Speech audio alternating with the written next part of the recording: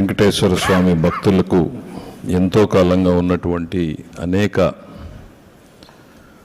అనుమానాలకి విపరీతంగా చర్చ జరుగుతున్నటువంటి తిరుమల తిరుపతి దేవస్థానం ప్రసాదమైనటువంటి లడ్డూలో ఉపయోగించేటువంటి నెయ్యి, దాంట్లో జరిగినటువంటి కల్తీ గురించి కొన్ని వాస్తవాలు ప్రజల ముందు పెట్టాలనేటువంటి ఉద్దేశంతోనే ఈరోజు ఈ కొన్ని విషయాల్ని ప్రజల ముందు పెట్టడం జరుగుతోంది. కలియుగ ప్రత్యక్ష దైవంగా కొలిచేటువంటి వెంకటేశ్వర స్వామిని, ఆయన ప్రతిరూపం ఆల్మోస్ట్గా ప్రతి ఒక్కరూ కూడా ఆలోచించేటువంటిది లడ్డూనే కళ్ళకద్దుకుని తీసుకునేటువంటి ప్రసాదాన్ని ఎంతో పరమ పవిత్రంగా హిందువులు భావిస్తారు. అట్లాంటి లడ్డూని గత పాలకుల సమయంలో లడ్డూలో గట్టిగా ఉందని, దాంట్లో ఎప్పుడూ ఉండేటువంటి సువాసన రావడం లేదని, త్వరగా పాడైపోతుందని, రుచిలో మార్పు ఉందని అనేక విషయాల్ని పత్రికలు రాశాయి, భక్తులు చెప్పారు, ధర్మకర్తల మండలి దృష్టికి కూడా తీసుకుపోవడం జరిగింది. 2023లో అనుకుంటా అప్పుడు ఉన్నటువంటి ధర్మారెడ్డి గారి దృష్టికి పోర్టులో ఉన్నటువంటి కార్మికులు కూడా ఇది నెయ్యి అసలు పేరుకోవడం లేదు, నూనెలాగా జారిపోతూ ఉంది, దీంట్లో ఆ లక్షణాలు లేవు అని అంటే ఇది ఆర్గానిక్ నెయ్యి అలానే ఉంటుందిలే అని చెప్పినట్టు మన దృష్టికి రావడం కూడా పత్రికల్లో మనం అందరం చదివిన విషయాల్ని గుర్తు చేస్తూ ఉన్నాం. కొన్ని ఆ సందర్భంలో ప్రభుత్వం మారడం, చంద్రబాబు నాయుడు గారు ముఖ్యమంత్రి కావడం, ఎన్డీఏ కూటమి అధికారంలోకి రావడం, వచ్చిన వెంటనే ఆయన తీసుకున్నటువంటి ఫస్ట్ 2 డెసిషన్స్, ఆయన ఫంక్షన్ చేయాలి, ఆయన కార్యక్రమాలు ప్రారంభించాలి అని అంటే ఆయనకు ఒక కార్యదర్శి ఉండాలి కాబట్టి ఫస్ట్ రవిచంద్ర గారిని అపాయింట్ చేశారు. రెండవ నిర్ణయం ఆయన తీసుకున్నటువంటిది ఏంటి అని అంటే, ఏదైతే తన భక్తుడిగా ఆయన మనసుకు దగ్గరగా ఉండేదో, వెంకటేశ్వర స్వామి భక్తుడిగా అప్పటిదాకా జరిగినటువంటి చర్చని, వాస్తవాల్ని తీసుకురావాలి, ప్రజల్ని ప్రక్షాళన గావించాలనేటువంటి ఉద్దేశంతో తిరుమల తిరుపతి దేవస్థానం ఈవోగా ఆ రోజు వారు శ్యామలరావు గారిని నిర్ణయం తీసుకొని పంపించడం జరిగింది. వెళ్తూ ప్రక్షాళన చేయండి, ప్రసాదంతో మొదలుకొని అన్నింటిలోనూ కూడా పవిత్రత కనపడాలి, మీరు ఆ రకంగా తిరుమలని తీర్చిదిద్దండి అని చెప్పారని ఈవో గారే స్వయంగా అక్కడికి వెళ్ళి ఛార్జ్ తీసుకున్న టైంలో చెప్పారు. అంటే very simple, straight forward direction ముఖ్యమంత్రి గారు ఇచ్చింది తప్ప వేరే ఏం కాదు. ఆ దిశలో ఈవో గారు ఆయన విధి నిర్వహణ కర్తవ్యంలో భాగంగా ఒక మంత్లో వచ్చినటువంటి 4 ట్యాంకర్లు సప్లై జరిగినప్పుడు ఆ నెయ్యి శాంపిల్స్ని తీసి NDDB, national dairy development board, కాఫ్కి శాంపిల్స్ పంపించడం జరిగింది. నేషనల్ డైరీ డెవలప్మెంట్ బోర్డు మనకు తెలుసు, భారతదేశంలో అత్యున్నతమైనటువంటి సంస్థ. ఇట్స్ మదర్ ఆఫ్ డైరీస్ అని చెప్పొచ్చు, మదర్ ఆఫ్ డైరీ టెక్నాలజీ అని చెప్పొచ్చు. భారతదేశ డైరీని రూపుని మార్చినటువంటి సంస్థలు. ఎన్డీడీఎఫ్, సిఏఎల్ఎఫ్కి శాంపిల్స్ పంపించినప్పుడు కొద్ది రోజుల తర్వాత ఆ రిపోర్ట్లు రావడం, ఆ రిపోర్ట్లో మనం నివ్వెరబోయేటువంటి అంశాలని మనం చూడడం జరిగింది. సో మీ ముందుకి జస్ట్ ఆ ఒక్క లాస్ట్ పేజ్, దాదాపు 10 పేజీల రిపోర్ట్ ఉంటే దాంట్లో ఉన్నటువంటి లాస్ట్ పేజ్ని గతంలో కూడా చెప్పాం, మళ్ళీ చెప్పే ప్రయత్నం చేస్తున్నాం. S value equations for suspected adulterants as per ISO. Suspected adulterants, ఇవన్నీ కల్తీ జరిగాయి అని అనుమానిస్తున్నాము అనేటువంటిది ఆ ల్యాబ్ రిపోర్ట్లో చాలా స్పష్టంగా ఉంది. ఒక 5 అంశాలని వాళ్ళు ప్రస్తావించారు. 5 అంశాల్లో మొదటి అంశం ఏంటంటే సోయాబీన్, సన్ఫ్లవర్, ఆలియల్, rapeseed, linseed, wheat germ, maize germ, cotton seed, fish oil. ఇది number 1. Number 2 coconut oil, palm kernel oil రెండవది. మూడోది palm oil and beef tallow. నాలుగవది లార్డ్, అదర్ది టోటల్ అని పెట్టారు.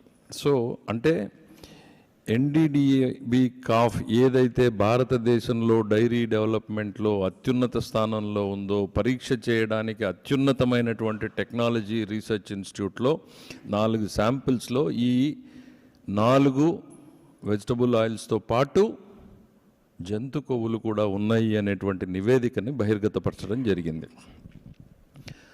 అది గౌరవ ముఖ్యమంత్రి గారి దృష్టికి రావడం, వారి మనసులో ఉండడం, ఎన్డీఏ శాసనసభ్యుల సమావేశం జరుగుతున్నప్పుడు ఒక ఆవేదనతో గౌరవ ముఖ్యమంత్రి గారు దాన్ని శాసనసభ్యుల ముందు పెట్టారు. గతంలో ఈ రకంగా జరిగింది, మనం ప్రక్షాళన చేస్తున్నామంటాం. ఆ తర్వాత పెద్ద చర్చనీయాంశం కావడం, ఆయనకు ఒక భక్తుడిగా భక్తుడిగాను బాధ్యత, ముఖ్యమంత్రిగాను ఆయన బాధ్యతది ప్రజల ముందు పెట్టాల్సినటువంటి బాధ్యతని అదే ఆయన నిర్వర్తించారు.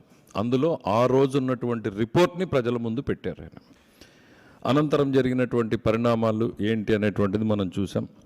సెప్టెంబర్లో తిరుపతి ఈస్ట్ పోలీస్ స్టేషన్లో ఈ ఎన్డీడీబీ రిపోర్ట్ ఆధారంగా ఇదిగో కల్తీ జరిగింది అనేటువంటి కేసుని అక్కడ ఉన్నటువంటి ప్రొక్యూర్మెంట్ జీఎం కేసు రిజిస్టర్ చేయడం, ఆ రిజిస్టర్ని దర్యాప్తు చేయడం కోసం సిట్ని ఏర్పాటు చేయవలసిందిగా ప్రభుత్వం ఆదేశాలు ఇవ్వడం జరిగింది. అయితే దాంతో కలత చెందినటువంటి గత తిరుమల తిరుపతి దేవస్థానం మాజీ చైర్మన్ సుబ్బారెడ్డి గారు సుప్రీంకోర్టుని ఆశ్రయించడం, సుప్రీంకోర్టులో వాళ్ళ వాదనలు విన్న తర్వాత దీంట్లో ఇంకో 2 సభ్యులను యాడ్ చేసి ఇది సిబిఐ ఆధ్వర్యంలో చేయాలి అని చెప్పడం మనం అందరికీ కూడా తెలిసిందే. ఈ ఇన్వెస్టిగేషన్లో భాగంగా అనేక అంశాలు ఇప్పటికే ప్రజల ముందుకు రావడం జరిగింది. ఒకవైపు ఈ సిట్ ఎంక్వైరీ తర్వాత ఒకటి ఛార్జ్షీట్ ఫైల్ చేయడం, సప్లిమెంటరీ ఛార్జ్షీట్ ఫైల్ చేయడం, ప్రభుత్వానికి ఒక ప్రత్యేక నివేదికని ఇదిగో ఇందులో జరిగిన తప్పులు ఇవి, వీళ్ళ మీద అధికారుల మీద లేకపోతే బోర్డు సభ్యుల మీద మీరు చర్యలు తీసుకోండి అని ఒక నివేదికని, తిరుమల తిరుపతి దేవస్థానానికి భవిష్యత్తులో జరగకుండా ఈ రకంగా నివారణలు చేయండి అనేటువంటిది ఒక సలహా ఇవ్వడం జరిగింది. తెలియక చేసేదాన్ని పొరపాటు అంటాం, తెలిసి చేసిన తప్పుని నేరంగానే పరిగణించాలి. చాలా థిన్ లైన్ ఉంటుంది డిఫరెన్స్. ఇక్కడ ఏదైతే జరిగిందో ఇందులో ప్రతి ఒక్కరూ కూడా తెలిసే జరిగింది, తెలియక జరగలేదు. ఇది మనం ఆరోపణ కాదు, బేస్డ్ ఆన్ ఎవిడెన్స్.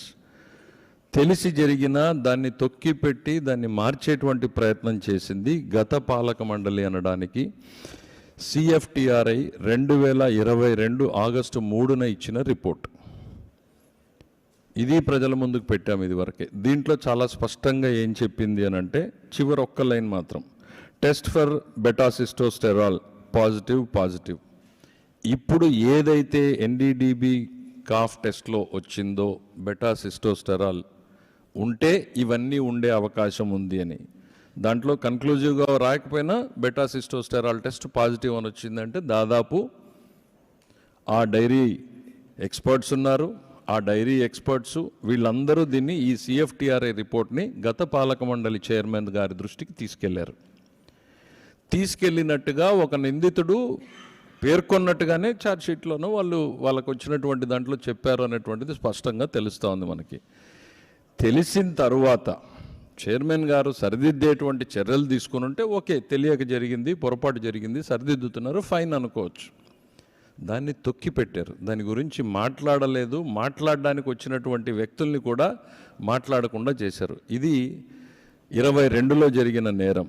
ఆ నేరం 22 నుంచి కంటిన్యూ అవుతా 24 దాకా జరిగింది అనడానికి మనకి ఎన్డీడీబీ కాఫ్ రిపోర్ట్ అనేటువంటిది చాలా స్పష్టంగా చెప్తుంది, అదే పంతా కొనసాగింది అనేటువంటిది. ఈరోజు ఏం చేశారు అనంటే 59.71 లక్షల కల్తీ నెయ్యి సరఫరా చేయబడింది అనేటువంటిది తెలిసింది మనకి. 234 కోట్ల రూపాయల టీటీడీ నిధుల దుర్వినియోగం చేయబడ్డాయని స్పష్టంగా చెప్పింది. ఈ కల్తీ ఎందుకు జరిగింది, దీంట్లో పాత్రదారులు ఎవరు, ఎలా జరిగింది అనేటువంటి చూసినప్పుడు మనకి ఈ విచారణలో భాగంగా ఒక కీలక వ్యక్తి పేరు వింటున్నాం. చిన్న అప్పన్న అంటే సుబ్బారెడ్డి గారి పిఏగా వ్యవహరిస్తున్నటువంటి వ్యక్తి. ఆయన బోలేబాబా డైరీ దగ్గరికి వెళ్ళి, మీరు నాకు కిలోకు 25 రూపాయలు ఇవ్వండి నెయ్యికి, ఇస్తే మీరు సరఫరా చేసేలాగా నేను మీకు అవకాశం కల్పిస్తాను అని అంటే ఆ బోలేబాబా డైరీ అధికారులు దాన్ని తిరస్కరించడం, వెంటనే ఇక్కడికి వచ్చిన తర్వాత ఆ ప్రొక్యూర్మెంట్ ఆఫీసర్స్కి వేరే కాంపిటీషన్ సంస్థ చేత ప్రీమియర్ డైరీ అనుకుంటా వాళ్ళ చేత ఒక కంప్లైంట్ తీసుకుని విత్ ఇన్ డేస్ దాన్ని బ్లాక్ లిస్ట్లో పెట్టించడం జరిగింది. అంటే మా బలం ఇది, మీరు మేము చెప్పిన టర్మ్స్కి రాకపోతే మిమ్మల్ని ఈ రకంగా చేస్తామనేటువంటి ఎగ్జాంపుల్ని ఇచ్చిన తర్వాత నెగోషియేషన్ స్టార్ట్ చేశారు. మళ్ళీ అదే సంస్థతోనే చేసినట్టుగా తెలుస్తుంది. కాకపోతే బ్లాక్ లిస్ట్లో ఉండడం మూలన వాళ్ళు పార్టిసిపేట్ చేయడానికి అవకాశం లేదు కాబట్టి ఆల్టర్నేటివ్ రూట్స్ను కూడా వీళ్ళే వెతికి పెట్టారు. ఏఆర్ డైరీ అనేటువంటి సంస్థ, వైష్ణవి డైరీ అనేటువంటి సంస్థ, అనేకమైనటువంటివి మీ అందరికీ తెలుసు. ఇవన్నీ కూడా ఏ రకంగా రూట్ చేశారు, ఎంత రూట్ చేశారు అని అంటే ఎవరైనా లాభం కోసం సరఫరా చేస్తారు. వీళ్ళు ఏఆర్ డైరీ బోలేబాబా దగ్గర నుంచి ఐ థింక్ నాకు తెలిసి అది 355 రూపాయలకు కొంటారు ఒక సంస్థ, రెండో సంస్థకి 318 రూపాయలకి దాన్ని సరఫరా చేస్తారు. టీటీడీకి వచ్చేటప్పటికి 319 రూపాయలు, అంటే ఒక కిలోకి 35 రూపాయల నష్టంతో సరఫరా చేస్తారు ఆన్ రికార్డు. 390 రూపాయలు 320 రూపాయలకి మనకు నెయ్యి మార్కెట్లో దొరుకుతుందా ఒక్కసారి ఆలోచించండి. నందిని ఉంది, ఇవాళ ఈ రాష్ట్రంలో సంఘం ఉంది, విజయ ఉంది, ప్రఖ్యాతమైనటువంటి బ్రాండ్లు ఉన్నాయి. ఎంత దొరుకుతుంది? మనం అందరం ప్రతిరోజు తినేటువంటిది. ప్రతి తల్లి చెల్లి కూడా నెయ్యి ధరని చెప్పగలిగేటువంటి పరిస్థితుల్లో టీటీడీ పాలక మండలి, ఇంత అనుభవం ఉన్నటువంటి వ్యక్తులు, డైరీ సంస్థలు, వీళ్ళందరినీ ఎక్స్పర్ట్స్ని పెట్టుకుని 320 రూపాయలకి నెయ్యి దొరుకుతుంది అంటే వాళ్ళు అమాయకంగా తీసుకున్నారని మనం అనుకోవాలా? అసలు జరిగింది ఏంది అనేటువంటిది మనకు కళ్ళ ముందు కనపడుతున్నటువంటిది. ఈ సంస్థ ఏదైతే బోలేబాబా ప్రధానమైనటువంటిది మ్యానుఫ్యాక్చరింగ్ అనేది అక్కడ తయారైంది. నెయ్యి అని పిలువబడేటువంటి పదార్థం తయారు చేయబడింది. అది నెయ్యి అని మనం ఎవరం కూడా అనలేం. ఎందుకు అనంటే ఆ సంస్థ నుంచి దొరికినటువంటి డాక్యుమెంట్స్ ఏవైతే ఉన్నాయో దాదాపు 59 లక్షలు 57 లక్షలు పామాయిల్ కొన్నారు. పామాయిల్, పామ్ కెర్నల్ ఆయిల్, దానికి సంబంధించినటువంటివి కొని ఒక మ్యానుఫ్యాక్చరింగ్ ప్రాసెస్ని వాళ్ళు తయారు చేశారు. నెయ్యిలా మార్చడానికి ఏ రకంగా చెయ్యాలి అని అంటే దాంట్లో రకరకాల కెమికల్స్ని కలపడం. ఏంటి ఆ కెమికల్స్ అనేటువంటివి అని అంటే నేను మళ్ళీ లాస్ట్కి వస్తాను. లాక్టిక్ యాసిడ్ ఒకటి, ఎసిటిక్ యాసిడ్ ఈస్టర్ అనేటువంటిది ఒకటి, మోనోగ్లిజరైడ్స్ ఒకటి. ఇవి ఎక్కడి నుంచి కొన్నారు? అరిస్టో కెమికల్స్ నుంచి కొన్నారు, సుగంధ ఆయిల్ అనే కంపెనీ నుంచి కొన్నారు, శివాన్షి ట్రేడింగ్ అనే దగ్గర నుంచి కొన్నారు. ఇవన్నీ కొని వీళ్ళు తయారు చేసింది ఏంటి అనంటే పామ్ ఆయిల్, పామ్ కెర్నల్ ఆయిల్ని నెయ్యి వాసన వచ్చేలాగా, నెయ్యి రంగు వచ్చేలాగా తయారు చేయడం జరిగింది. ఇది ఇంతవరకు దాదాపు ఇన్వెస్టిగేషన్ కళ్ళ ముందు కనపడతానే ఉంది. నేను ప్రైవేట్గా తెలిసిన వ్యక్తుల్ని, వాళ్ళని, మీలాంటి మీడియా మిత్రుల్ని, ఏంటయ్యా ఈ బోలేబాబా సంస్థ ఎవరు, వీడాసులు ఎంతమంది ఉన్నారు అని అంటే నాకు వచ్చినటువంటి సమాచారం 10 మంది ఎంప్లాయీస్ ఉన్నారు అని తెలిసింది.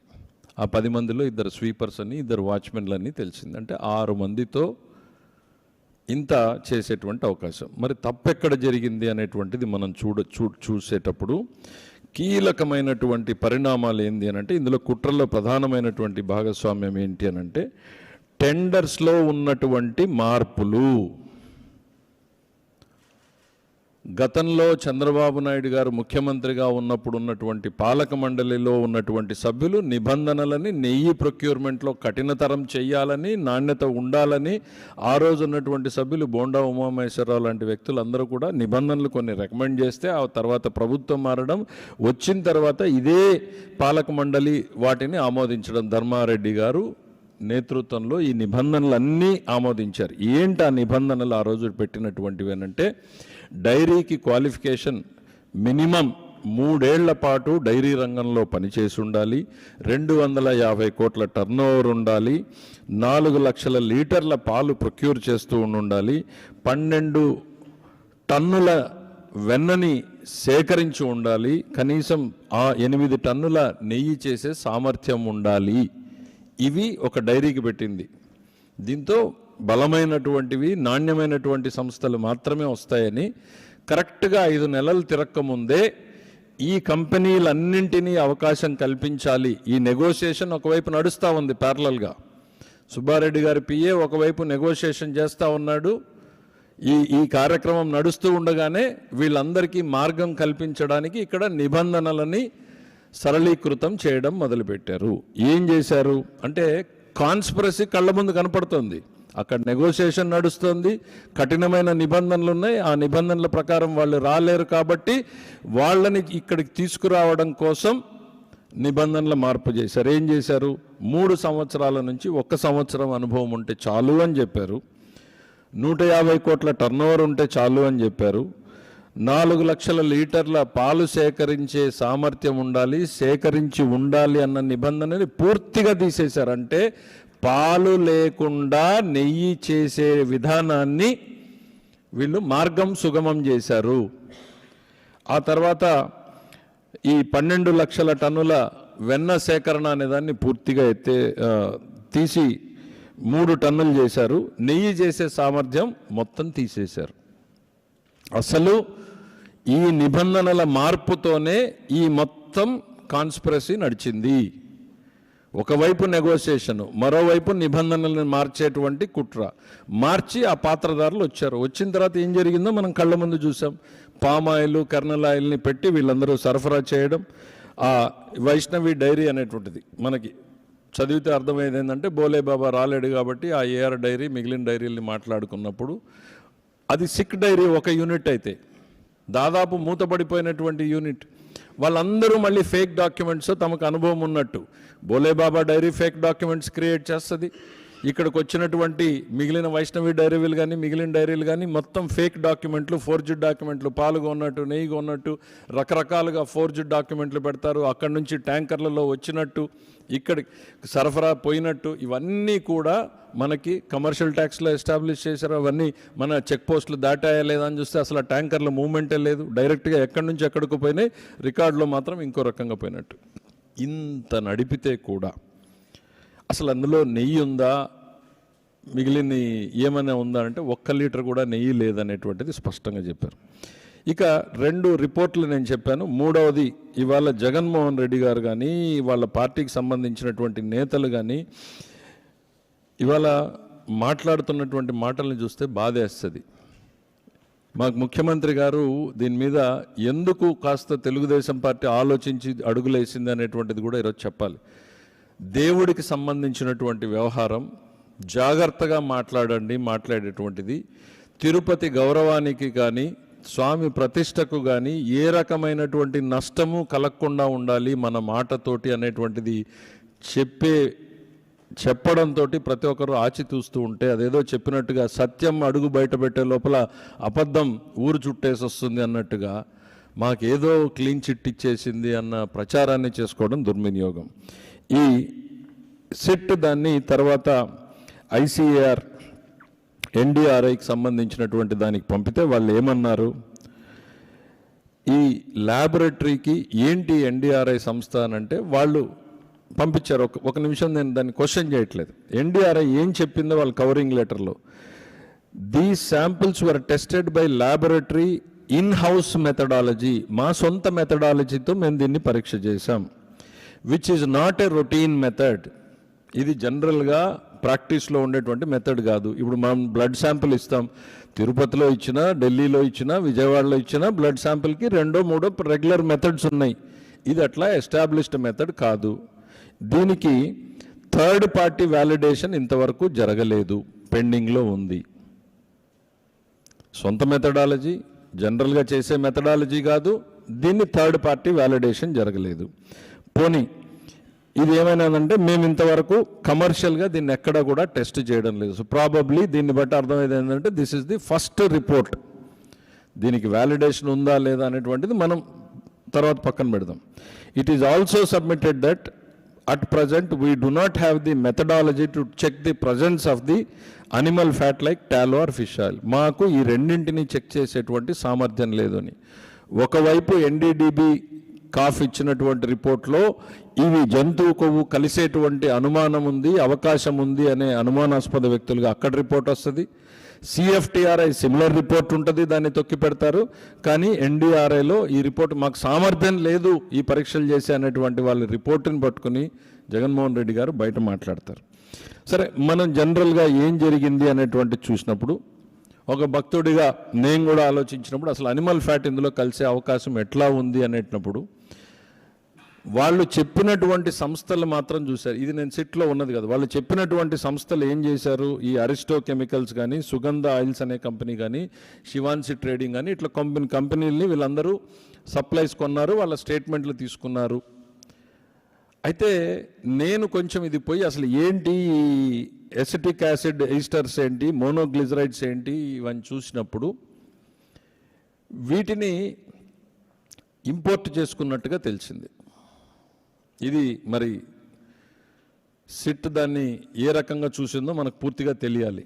ఇంపోర్ట్ ప్రధానంగా భారతదేశంలోకి ఎక్కడి నుంచి వస్తుంది అని చూసినప్పుడు కొరియా నుంచి ఎక్కువ దిగుమతి అవుతా ఉన్నట్టుగా తెలిసింది. సిట్ దీన్ని గమనించిందా లేదా నాకు తెలియదు. ఈ దిగుమతిలో ఎందుకు నేను దీన్ని ప్రస్తావిస్తున్నాను అనంటే, ఈ ఏవైతే ఎసిటిక్ యాసిడ్ ఈస్టర్స్ కానీ, మోనోగ్లిజరైడ్స్ కానీ 2 రకాల విధానాల్లో చేస్తారు అనేటువంటిది చెప్తా ఉన్నారు ఎక్స్పర్ట్స్. ఏంటంటే, ఒకటి oil based, vegetable oil based, రెండవది అనిమల్ ఫ్యాట్ బేస్డ్ అని.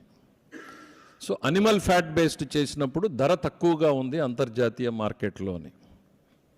సో ఈ జరుగుతున్నటువంటి వ్యవహారాన్ని చూసినప్పుడు సిట్ ఈ కోణంలో చూసిందా లేదా అనేటువంటిది కూడా మనకు తెలియాల్సినటువంటి అవసరం ఉంది. ఇక్కడ నేరస్తులు ఎవరు అనేటువంటిది మనం చూసినప్పుడు వ్యూహాత్మకంగా ముందెళ్ళి మాట్లాడడము, దారికి రాని వాళ్ళని దారికి తెచ్చుకునేటువంటి ప్రయత్నం, దారికి వచ్చిన తర్వాత వాళ్ళ దారి సుగమం చేయడం కోసం నిబంధనలని సరళీకృతం చేసినటువంటి ఈఓ కావచ్చు, జేఈఓ కావచ్చు, చైర్మన్ కావచ్చు, వారికి సహకరించినటువంటి పర్చేజ్ కమిటీ సభ్యులు కావచ్చు, వీళ్ళందరూ కూడా ఈ కుట్రలో భాగస్వాములే, నేరస్తులే. There cannot be a difference. వీళ్ళేదో అడ్మినిస్ట్రేటివ్ ల్యాబ్స్ చేశారు, మిగిలిన వాళ్ళు ఏదో తప్పు చేశారు అనేటువంటిది కాదు. వీళ్ళందరూ కూడా ఈ కుట్రలో భాగస్వాములే, నేరస్తులే, ఈ కుట్రకు మూల పాత్రదారులే. రెండవది, ఇందులో ఈ ఎన్డీఆర్ఐ చివరిగా ఏదైతే వాళ్ళు ఇప్పుడు చెప్తా ఉన్నారో, ఎన్డీఆర్ఐ మాకు రిపోర్ట్ ఇచ్చింది అనేటువంటిది, ఇందులో 2 వ్యక్తులు ఉన్నారు. వాళ్ళ పేర్లు చెప్తాను. ఐ థింక్ జయరాజ్ అనుకుంటా, ఇంకొక అతని పేరు, 2 పేర్లు. వాళ్ళిద్దరూ కూడా ఈ ఎన్డీఆర్ఐలో పనిచేసేటువంటి వ్యక్తులు. వాళ్ళు ఇప్పుడు ఇందులో దోషులుగా పరిగణించబడుతున్నారు. వాళ్ళ రోల్ ఏంటి, ఎందుకు వాళ్ళు దోషులు అయ్యారు అనంటే, వాళ్ళు తిరుమల తిరుపతి దేవస్థానం అపాయింట్ చేసిన ఇన్స్పెక్షన్ కమిటీలో ఉన్నారు. వాళ్ళే వెళ్ళి ఇన్స్పెక్షన్ చేసి సర్టిఫై చేశారు ఈ బ్రహ్మాండమైన సంస్థలోని. దాదాపు 10 మంది వ్యక్తులు పనిచేస్తూ ఉన్నారు ఇందులో. ఇంత పెద్ద సంస్థానము నడిపేటువంటి శక్తి ఉందని వాళ్ళే ఎస్టాబ్లిష్ చేశారు. వాళ్ళు పనిచేసేటువంటి ఈ ఎన్డీఆర్ఐ ఏదైతే ఉందో అదే సంస్థ మళ్ళీ రిపోర్ట్ ఇస్తుంది.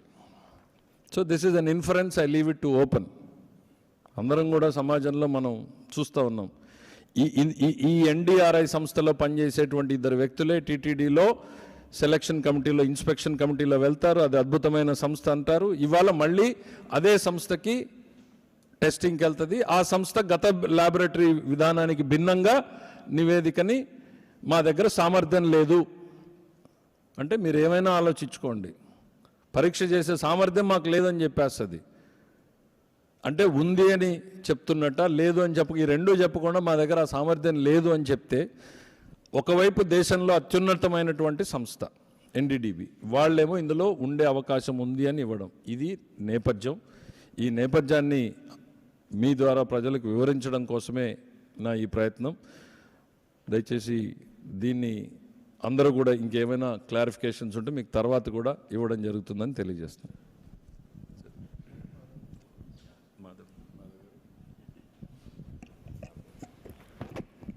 అందరికీ నమస్కారం.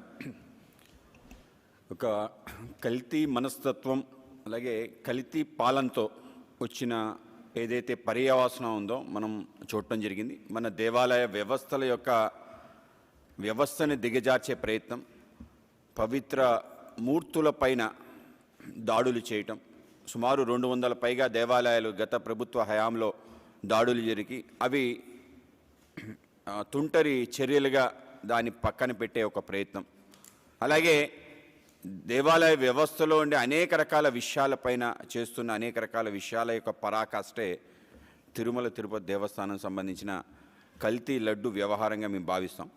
సో ఆ విధంగా ఈ వ్యవహారం ఎంతవరకు వెళ్ళిందంటే తనంతట తానే క్లీన్ చిట్ ఇచ్చుకుని ఏమీ జరగలేదని చెప్పి, అంటే వాళ్ళ పేపర్ యొక్క రిపోర్ట్ ఆధారంగా మాట్లాడే ఒక తీరు ఆ విధంగా పరాకాష్ఠకు చేరింది. నిజంగా మేము అడుగుతున్నాం, ఇవాళ అసలు పాల సేకరణే చేయలేని ఒక డైరీ ఏ విధంగా నెయ్యి సప్లై చేయగలుగుతుంది? ఇక్కడే విషయం బయటపడిపోతుంది. రెండో అంశం, 390 రూపాయలు 19 రూపాయలకి నెయ్యి రాగలిగే వ్యవస్థ ప్రపంచంలో ఎక్కడైనా ఉందా? అది నెయ్యి అనబడుతుందా? నెయ్యి కాని నెయ్యితో లడ్లు తయారు చేసిన తీరు ఏదైతుందో దీన్ని కూడా తప్పనిసరిగా మనం ఆలోచించాలి. అలాగే ఏదైతే రిపోర్ట్లో సింథటిక్ నెయ్యితో, అంటే ప్రజల ఆరోగ్యం కెమికల్స్తో దాన్ని తయారు చేయటం, ప్రజల ఆరోగ్యంతో ఆడుకునే తీరు అత్యంత పవిత్రంగా భావించి భక్తులు స్వామివారిని సేవ చేసుకొని వెళ్తున్న తరుణంలో తీసుకోబోయే అతి పవిత్రమైన వస్తువుని పైన ఈ విధంగా చేయాలి అనే ఒక మనస్తత్వం ఏదైతే ఉందో వాళ్ళ యొక్క దృష్టి ముఖ్యంగా రాష్ట్రంలో అన్య మతస్థుల యొక్క ప్రాబల్యం పెంచే ఒక ప్రయత్నం, దాన్ని ఒక ఓటు బ్యాంక్గా మార్చుకోవాలనే ఒక ఆలోచన, దీనికి పరాకాష్ట ఇది. ఆ విధంగా దేవాలయాలపై ఏం దాడులు జరిగినా ఏమీ జరగదు. పవిత్రమైన లడ్డు ప్రసాదాన్ని కూడా దాని పవిత్రత తగ్గించినా కూడా ఏమీ కాదు. ఆగమాలు అలాగే మిగతా అన్ని వ్యవస్థలు, సేవలు, వీటన్నిటిలో భగ్నం కలిగించే విధంగా నిబంధనలన్నీ కూడా తిలోదాఖలాలు ఇచ్చి ముందుకెళ్తున్న తీరు. అలాగే రివర్స్ టెండరింగ్ చేయటం జరిగింది. ఏ విధంగా నిబంధనలు అనేవి తుంగలో తొక్కి అనేక రకాల పేరాలు మార్చి ఎవరికైతే అర్హత లేదో అర్హత లేని వాళ్ళని తీసుకురావటం, కేవలం తిరుమల తిరుపతి లడ్డు విషయం కాదు, అనేక రకాల విషయాలు సేకరణ కాదు, రాష్ట్ర వ్యాప్తంగా జరుగుతున్న పెద్ద పెద్ద ప్రాజెక్ట్స్ దగ్గర కూడా అక్రమార్కులకి ఈ విధంగా ఇచ్చే ఒక వాళ్ళకి ఇవ్వాలి అనే ఒక ఆలోచనలో భాగంగా జరిగిన వ్యవస్థ. ఆ విధంగా గత ప్రభుత్వం మనం చూడటం జరిగింది. అది లడ్డూను కూడా వదలలేదు అంటే దీనికన్నా దారుణం ఇంకోటి లేదు. ఆ విధంగా ఉన్న వ్యవస్థ. అయితే ఇవాళ నిన్న ఆయన బేషరతుగా క్షమాపణలు చెప్పాలని చెప్పాడు. నిజంగా మేము అడుగుతున్నాం, ఎందుకు ఎవరు క్షమాపణలు చెప్పాలి? ఇవాళ ఏవైతే ల్యాబ్ రిపోర్ట్స్ని పక్కన పెట్టి మీ పేపర్ ఇచ్చిన అబద్ధాలపైన క్షమాపణలు చెప్పాలా అని చెప్పి అడుగుతున్నాం. ఇవాళ పవిత్రమైన నెయ్యి బదులు ఇవాళ సింథటిక్ నెయ్యి వాడినందుకు క్షమాపణలు చెప్పాలా? అలాగే సుమారు 250 కోట్ల పైగా దీంట్లో చేతులు మారాయని చెప్పి విస్పష్టంగా తెలుస్తుంది. అందుకు క్షమాపణలు చెప్పాలా? అంటే స్వామివారి యొక్క నిధులు దుర్వినియోగం అయిన క్షమాపణలు చెప్పాలా?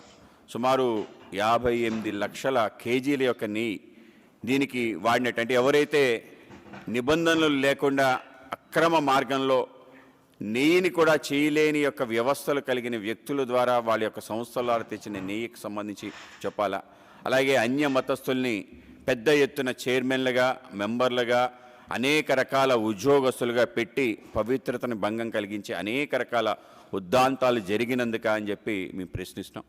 ఇవాళ కూటమి నేతృత్వంలో ఏవైతే గతంలో జరిగిన ఈ యొక్క అపవిత్ర కార్యక్రమాలన్నింటినీ తప్పనిసరిగా ప్రక్షాళన చేయాలని చెప్పి ప్రక్షాళన చేసి ఆ పవిత్రతని మళ్ళీ పునర్నిర్మించి ఆ విధంగా ఆ వైభవాన్ని ముందుకు తీసుకెళ్లే పెద్ద ప్రయత్నం జరుగుతుంది.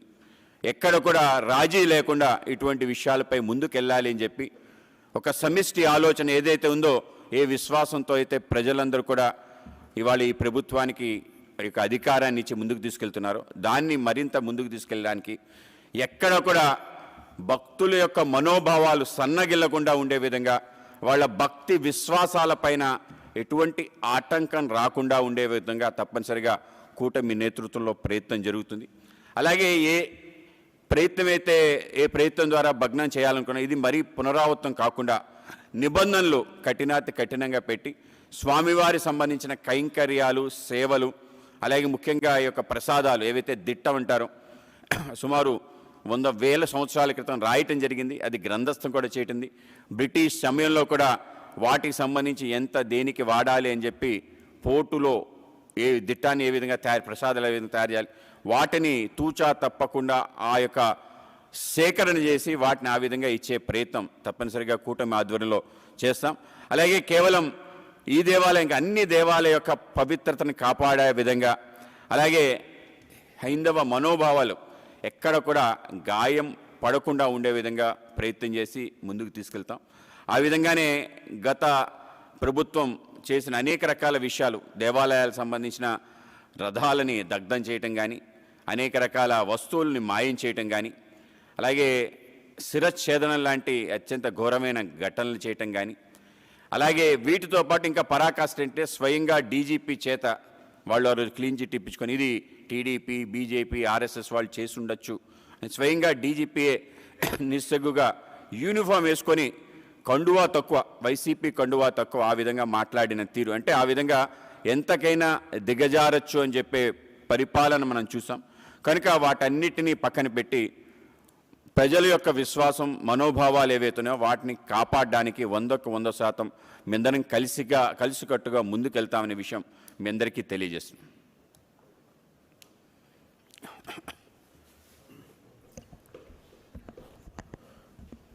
అందరికీ, పాత్రికేయ మిత్రులందరికీ నా హృదయపూర్వక నమస్కారాలు. ఇది చాలా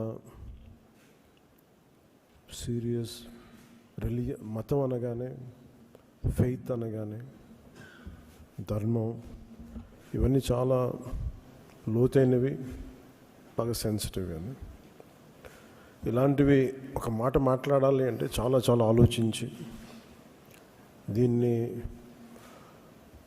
ఎలాంటి పర్యవసనాలు ఎదుర్కోవాల్సి వస్తుంది ఇవన్నీ ఆలోచించే మేము మాట్లాడతాం. ప్రత్యేకించి జనసేన నుంచి గత 2019 నుంచి 2024 వరకు వారి పాలనలో, వైసీపీ పాలనలో చాలా సంఘటనలు జరిగినాయి. రిలీజియస్గా దాన్ని ఒక సెన్సిటివ్ ఇష్యూస్ జరిగినాయి మాట్లాడటానికి. ఉదాహరణకి రామతీర్థంలో రామచంద్రమూర్తి, శ్రీరాముడు, ఈ దేశం కొలిచే శ్రీరామచంద్రుడి విగ్రహాన్ని శిరిచ్ఛేదం చేస్తే ఎవడో ఆకతాయి చేశాడు, ఎవడో పిచ్చోడు చేశాడు. పిఠాపురంలో అశుద్ధంతో విగ్రహాలని చేస్తే ఒక గుడిలో దాన్ని కూడా ఎవడో పిచ్చోడు చేశాడు. ఈ కల్తీలట్ల నేపథ్యం గురించి మనం ఎవరి గురించి మాట్లాడుకోవాలి, వాళ్ళ గురించి తెలుసుకోవాలి కొంత. అలాగే దుర్గమ్మ వారి ఆలయంలో వెండి విగ్రహాలు మన దొంగతనం జరిగితే ఇవి పోతే ఇంకోటి కొనుక్కుందాం, దీనికి ఏంటి బిల్డింగ్లకు మేడలు కడతాం, మిద్దెలు కడతామా. అలాగే అంతర్వేదిలో రథం కాలిపోతే ఎవడో పిచ్చోడు చేశాడు. ఇలాంటి సంఘటనలు నెల్లూరు నుంచి మొత్తం రాష్ట్రం నలుమూలల 219 సంఘటనలు ఇలాంటి జరిగినాయి. డెసక్రేషన్ ఆఫ్ టెంపుల్స్, దేవాలయాలు కావచ్చు, దేవాలయ పరిసర ప్రాంతాలు, దేవాలయాలు అపవిత్రం చేయటం.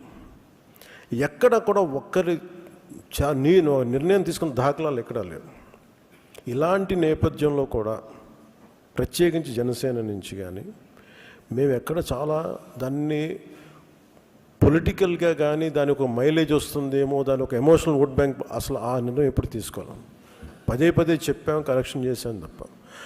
అంత నిబద్ధత పాటించిన మేము స్వామివారి పాదాల చెంత రక్షింపబడ్డ గౌరవ ముఖ్యమంత్రి నారా చంద్రబాబు గారు కానీ చాలా జాగ్రత్తగా, అప్రమత్తతోనే మాట్లాడతాం, చాలా జాగ్రత్తగా మాట్లాడతాం. ఎన్డీఏ సమావేశంలో మా అందరినీ ఉద్దేశించి మేమందరం కూర్చొని మాట్లాడే సమయంలో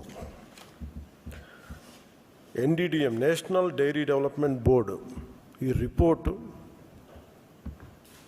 గౌరవ ముఖ్యమంత్రి గారు మాకు చదివి వినిపించారు. 3 రిపోర్ట్స్లో ఒక దాంట్లో వెజిటబుల్ ఆయిల్స్, నెయ్యి లేదు ఇందులో, అంటే ఏ స్థాయికి వీళ్ళు చేశారని చెప్తూ దాంట్లో ఒక రిపోర్ట్లో ఫిష్ ఆయిల్ ఉందనేది, ఇంకో దాంట్లో బీఫ్ టాలో ఉందనేది, ఇంకో దాంట్లో లాడ్ పంది కొవ్వు ఉందనేది, ఇంకో దాంట్లో గొడ్డు కొవ్వు ఉందనేది. ఇది చాలా సెన్సిటివ్ ఇష్యూ.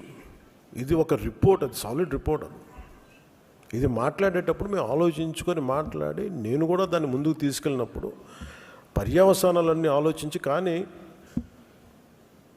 నేను కూడా అనుకుని ఇది చెప్పాలా లేదా. ముఖ్యమంత్రి గారు చెప్పారు దీన్ని ఎంత తీసుకెళ్ళాలి, ఎందుకంటే మా భయం ఏంటంటే సెన్సిటివ్ అయ్యి మనం చేసేసామా.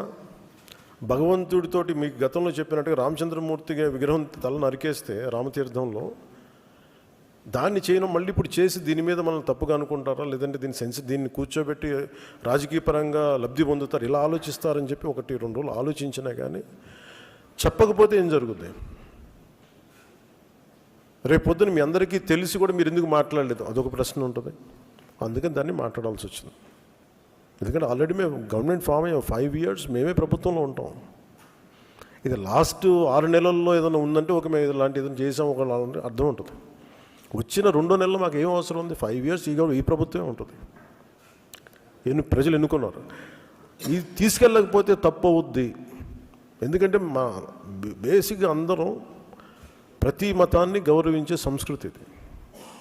ఈ దేశంలో హైందవ సంస్కృతి లేకపోతే మిగతా సంస్కృతులు లేవు. అలాంటి హైందవ సంస్కృతి మీద ఇంత అపవిత్రం జరిగినప్పుడు, వీళ్ళు రిపీటెడ్గా చేస్తున్నప్పుడు ఇది చెప్పాలా లేదా అని కూర్చొని చాలా తర్జనలు పడి, నాకు పర్సనల్గా గిల్ట్ ఉండి, అరే మనం ఇంత కళ్ళ ముందు ఇంత రిపోర్ట్ మాట్లాడకపోవటం అని చెప్పి చేసిన తర్వాత దాని తద్వారా మీ అంశాలు తెలుసు. అది సుప్రీంకోర్టు దాకా వెళ్ళింది.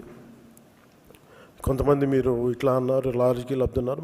మాకేం పోతే 5 సంవత్సరాలు మేమే ఉంటాం, మాకు ఆ భయాలు లేవు. కానీ దీన్ని కరెక్ట్ చేయకపోతే ఎందుకు మాకు ఉంది అంటే దీనికి నేపథ్యం అసలు వీళ్ళని మీరు ఎగ్జామిన్ చేయాలి. ఈ సమావేశం ద్వారా ప్రజలందరూ కూడా మేము ఏం ఎగ్జామిన్ చేస్తున్నామంటే వీళ్ళు ఎలాంటి పరంపర నుంచి వచ్చారు, వారసత్వం ఏంటి వీళ్ళకి. వీళ్ళు భగవంతుడి మీద పగబట్టారు. వీళ్ళు ఏడుకొండల స్వామి మీద పగ ఉంది. అది ఈరోజు పగ కాదు, ఏం పగో నాకు అర్థం కాదు. అది 7 కొండలు అంటాం. 7 కొండలు ఎందుకు, నీకు 2 కొండలు చాలు. భగవంతుడి మీద పగ ఏంటి ఎవరికైనా? వ్యక్తిగతంగా వర్గాల మీద పగ ఉండొచ్చు, ప్రత్యర్థి మీద పగ ఉండొచ్చు, కానీ విచిత్రంగా వీళ్ళు భగవంతుడి మీద పగబట్టారు.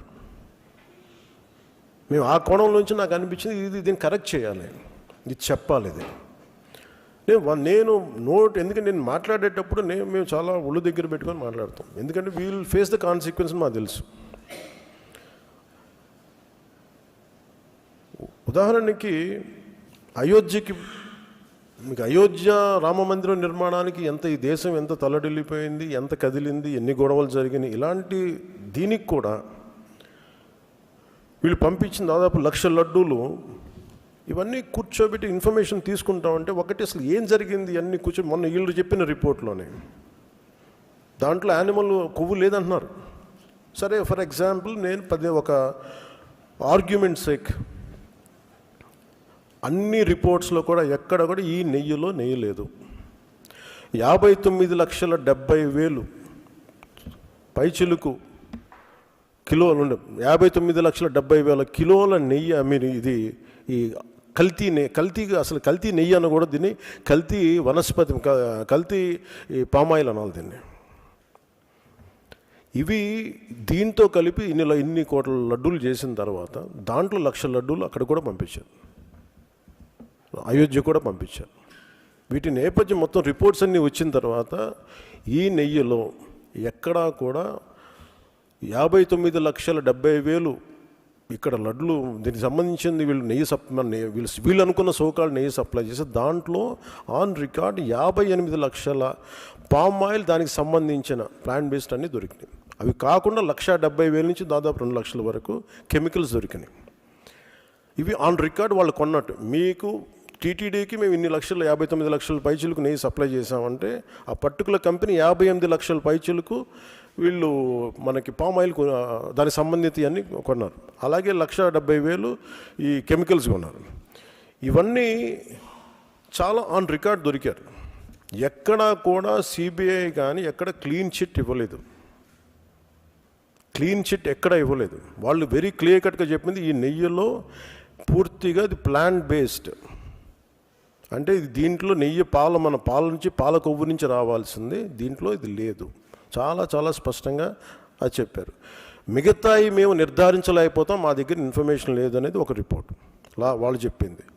అలాగే National dairy Development Board very క్లియర్గా చెప్పింది, దీంట్లో ఫిష్ ఆయిల్, అలా గొడ్డు కొవ్వు, పంది కొవ్వు, ఇవన్నీ లార్డ్ మన ఇంగ్లీష్ పదాలతో ఇవి ఉండే అవకాశాలు ఉన్నాయి, చాలా స్పష్టంగా వాళ్ళు ఇచ్చారు. ఈ ప్రాసెస్లో వీళ్ళు దీన్ని కూర్చోబెట్టి అడ్డగోలుగా మాట్లాడితే, ఎందుకంటే వీళ్ళకి ఏ రోజు కూడా ఈ ధర్మం మీద వాళ్ళకి గౌరవం లేదు. పైగా ఈ దొరికిన వాళ్ళు ఛార్జ్ షీట్లు మీకు చూస్తే, మనకి తెలిసిన పేర్లన్నీ చూస్తే ఇందులో ఎక్కడ మతానికి సంబంధం లేదు. ఇది భోలేనాథ్ బాబా కానీ మిగతా ఏ డైరీ మీరు చూసినా కానీ వీళ్ళు ప్రిడామినెంట్లీ దర్ ఆల్ హిందూస్. దీంట్లో అసలు మతానికి కానీ, దీంట్లో ఒక ఇస్లాంకి సంబంధించిన వ్యక్తులు కానీ, లేదంటే మన క్రిస్టియన్ సంబంధించిన వ్యక్తులు అసలు ఎక్కడ సంబంధం లేదు. ప్యూర్లీ మాట్లాడుతున్నాం హిందువుల గురించే మాట్లాడుతున్నాం ఇక్కడ. So there is no question of other religions here. ఈ ప్రభుత్వం, గత ప్రభుత్వం విషయంలో కూడా మేము ఏం మాట్లాడుతున్నాం అంటే, they never have respect for the traditions and ధర్మ ఆఫ్ దిస్ ల్యాండ్. అది చాలా ఆబ్వియస్గా చాలా మనకు తెలుస్తూ ఉంది. దాంట్లో భాగంగానే వీళ్ళు అదే చేశారు. చూసి ఈరోజు మాట్లాడి క్షమాపణ అడగకుండా తప్పు జరిగిపోయింది. ఇందాక మా కేశవ్ గారు చెప్పినట్టుగా ఒక తెలియక చేస్తే పొరపాటు, తెలిసి చేస్తే తప్పు, కనీసం తప్పులు జరిగినాయి అది కూడా చెప్పకపోగా మమ్మల్ని క్షమించమని అడుగుతున్నారు. నేను ఒకటే చెప్తున్నాను, భగవంతుని మీద పగబట్టుకున్నవాడు సర్వనాశనం అయిపోతాడు తప్ప ఎవడు బతికిన దాఖలాలు లేవు, గుర్తుపెట్టుకున్నారు. ఎందుకంటే ఇది ఫెయిత్కి సంబంధించింది. చాలా స్పష్టంగా, చాలా క్లియర్గా సిబిఐ దాంట్లో మీరు కల్తీల మీరు అసలు నెయ్యి లేని దాంతో మీరు లడ్డూలు చేసి, దాంట్లో మీరు ఇందాక చెప్పిన గ్లిజరైడ్స్ ఇవన్నీ ఉన్నాయి కదండి. దానికి మీకు ఒక రికార్డ్ చెప్తాను. 2019 నుంచి 2025 వరకు మీకు కనీసం ఒక నువ్వుల నూనె 180 రూపాయల నుంచి 268 రూపాయలు ఉండేది కనీసం 26కి ఈ రోజుకి. సో వీళ్ళు సప్లై చేసే కాడికి మామూలు బజార్లో దొరికే ఒక నెయ్యి కనీసం 420 రూపాయలు కిలో. 2019 460 రూపాయలు, 2020 500 రూపాయలు. అలాంటి నెయ్యి వీళ్ళు ఒక్కళ్ళకి మనకి 319 రూపాయలు ఒకటి, 329 రూపాయలు ఒకటి, ఇవన్నీ కూర్చోబెట్టి ఈ నెయ్యిని సప్లై చేస్తారు. దీన్ని బట్టి మనకు అర్థం, దీన్ని బట్టి బేసిక్ ఒక హౌస్ వైఫ్ చెప్పగలరు, ఒక గృహిణి చెప్పగలరు ఇది ఎంత కల్తీ జరిగిందనేది.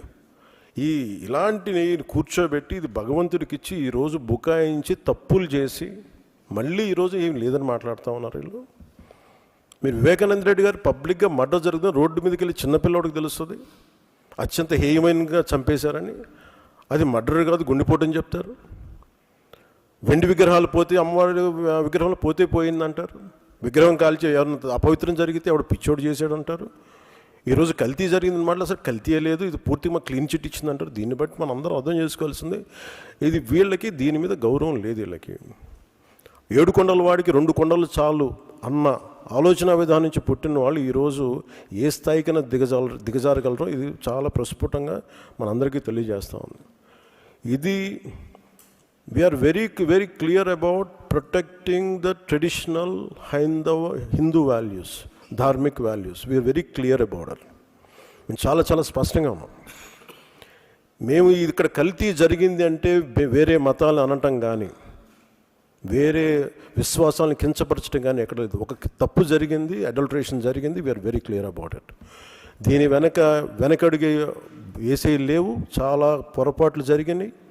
ఇది రిపీటెడ్ పొరపాట్లు కాస్త వీళ్ళని చూస్తే 2022లోనే వీళ్ళు తెలియజేశారు. వీళ్ళకి ఇక్కడ కల్తీ జరిగింది 2022 రిపోర్ట్ ఇస్తే నేను క్యాబినెట్లో మాట్లాడుతూ ఉంటే దాన్ని తొక్కేశారు. దాని గురించి బయటకు తీసుకురాలా అంటే మీకు తెలిసే చేశారు. వీళ్ళని 2022లో మీకు కల్తీ జరిగిందని రిపోర్ట్ అప్పుడు వాళ్ళకి ల్యాబ్ టెస్ట్ వాళ్ళకి పంపిస్తే అప్పుడున్న టీటీడీ చైర్మన్ కానీ వీళ్ళు కానీ వాళ్ళు 100% తొక్కి పెట్టేశారు. దాన్ని బయటకు తీసుకురాలా. దాన్ని బేస్ చేసుకొని మళ్ళీ ఆల్రెడీ 22లో జరిగింది కదా, దాని గురించి సమాధానాలు లేవు. ఇవన్నీ తెలిసి కూడా మీరు అయోధ్యకి కల్తీ లడ్డులు పంపించారు. ఇది విశ్వాసాల మీద మీరు కొడుతున్న దెబ్బ. ఇది మీ ఆలోచన ఏంటి అది అనేది మీరు తెలుసుకోవాలి. అందుకే మీరు భగవంతుని మీద పగ పెట్టుకున్నవాడు ఎవడైనా సరే, 7 కొండల వాడి మీద పగ పెట్టుకున్నాడు ఎవరైనా సరే మట్టి కరిచిపోతారు తప్ప, మీరు ఇలా బుకాయించుకొని చేసిన తప్పులు క్షమాపణ వేడుకోండి తప్ప మీరు కూర్చోబెట్టి మేము క్షమాపణ, మీరు భగవంతుడికి మీరు క్షమాపణ చెప్పాలి. ఏడుకొండల వాడికి మీరు క్షమాపణలు చెప్పాలి. ఈరోజు మీరు మాట్లాడుతుంది ఈ రోజుతో ఆగదు. ఇది ఐ విల్ మేక్ షూర్, మా కూటమి will make sure that you will be liable everyone, ప్రతి ఒక్కరు కూడా. ఎంత టైం పడుద్ది, ఏం టైం పడుద్ది అనేది సిబిఐ ఫర్దర్ రిపోర్ట్ రావాలి, అది కేసులోకి మన కోర్టులకు వెళ్ళాలి. అన్నీ అయిన తర్వాత ప్రతి ఇది అయితే మేము 100% దీన్ని వదలం. ఖచ్చితంగా ఈ దోషులను ఎవరైతే ఉన్నారో మేము క్షమాపణ చెప్పడం కాదు, మీరు భగవంతుడికి మోకరిల్లే వరకు యుద్ధం సాగుతుంది. గౌరవ ముఖ్యమంత్రి గారు మాట్లాడుతున్నారు.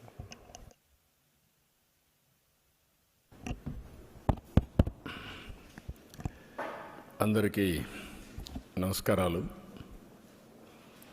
ఇప్పుడే కేశవ్ గారు వాస్తవాలన్నీ కూడా డాక్యుమెంటరీ ఎవిడెన్స్ సహా వారు ఎక్స్ప్లెయిన్ చేశారు. అదే మరి మాధవ్ గారు డిప్యూటీ సీఎం గారు మాట్లాడబడి చాలా స్పష్టంగా డీటెయిల్స్ అని చెప్పారు. ఇది ప్రజల మనోభావాలకు సంబంధించిన విషయం.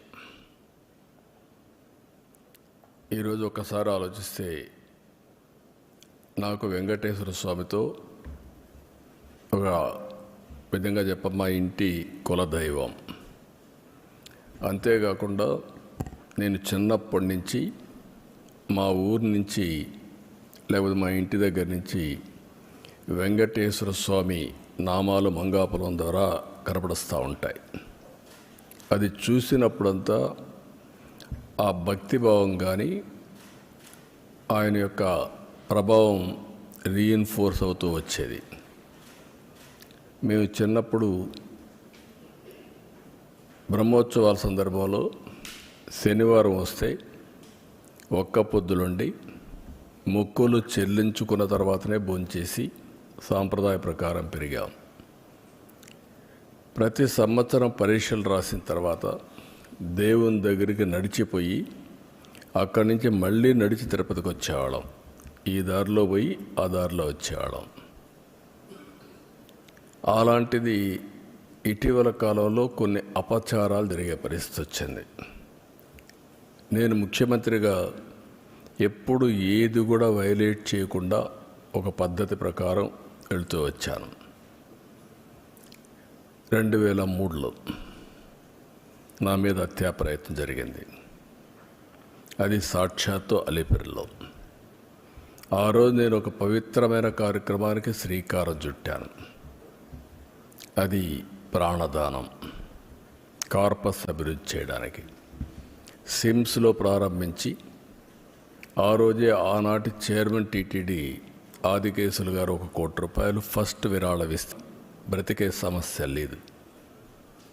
అలాంటివి చూసినప్పుడు దేవుడిని నమ్మకుండా ఉండలేము. ఒకప్పుడు ఇదే అసెంబ్లీలో 2 కొండలు 7 కొండలు కాదంటే మేము అనునిత్యం 7 కొండలవాడ వెంకటరమణ గోవిందా గోవిందా అంటూ నడుచుకుంటూ వెళ్ళేవాళ్ళం. ఆ విషయం జ్ఞాపకం చేశాను. ఇది భక్తుల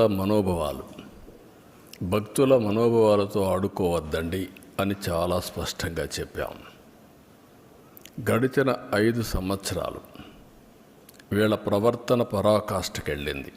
వీళ్ళ అధికారం ఉన్నప్పుడు రాముడి తల తీసేస్తే నేను అక్కడికి పోయి అడగడానికి, వాస్తవాలు చూడడానికి పోతే తిరిగి నా మీద కేసు పెట్టారు.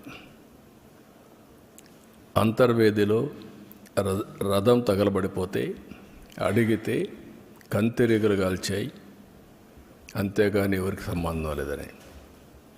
ఆంజనేయుడి తోక కట్ చేసి పగలు కొడితే అడిగితే ఆ రోజున్న పాలకుల యొక్క గర్వం చూస్తే బొమ్మే కదా, ఏమైపోతుంది, మళ్ళీ ఇంకో బొమ్మ పెట్టుకోండి అని మాట్లాడారు.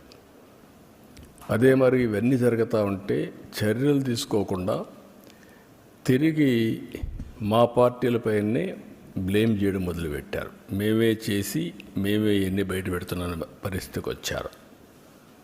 తిరుమల ఈరోజు ఏదైతే చెప్పారో ఈరోజు వచ్చింది కాదు. 2022లో వీళ్ళు పంపించిన రిపోర్ట్ ప్రకారం TFTRI చాలా స్పష్టంగా కల్తీ జరుగుతుందని చెప్పారు.